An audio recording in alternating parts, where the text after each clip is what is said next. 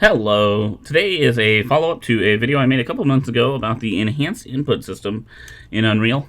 I have continued working on that project a little bit on the side, and so I made a enhanced input button remapping system.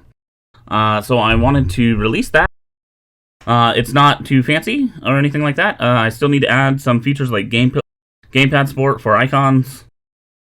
And maybe clean it up a little bit to detect if you've put the same button in more than once, and there's things like that. But it's a good start, I think. And so I'm making this kind of just to show you that it is out, and you guys can go download it.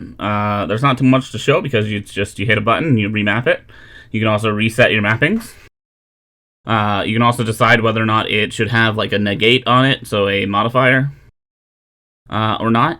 So it is still very basic. But I will be updating it again at some point. And yeah, so I hope you guys like it. Hope it helps you out and helps you learn the enhanced input system a little bit more.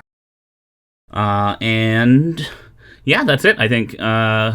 Thanks for watching. Hit that subscribe button so you can follow up with more of this and other content I make on Unreal and my own personal projects. Yeah. If you do take apart the system, most of it's within these two widgets within the widget folder. And then there is a function library that I used, and then you can actually set the default mapping up, and it's pretty. I tried to document as much as possible. Just comment below if there's anything you need help with, or join the Discord, or you can catch me streaming on Twitch. Links are all in the description below.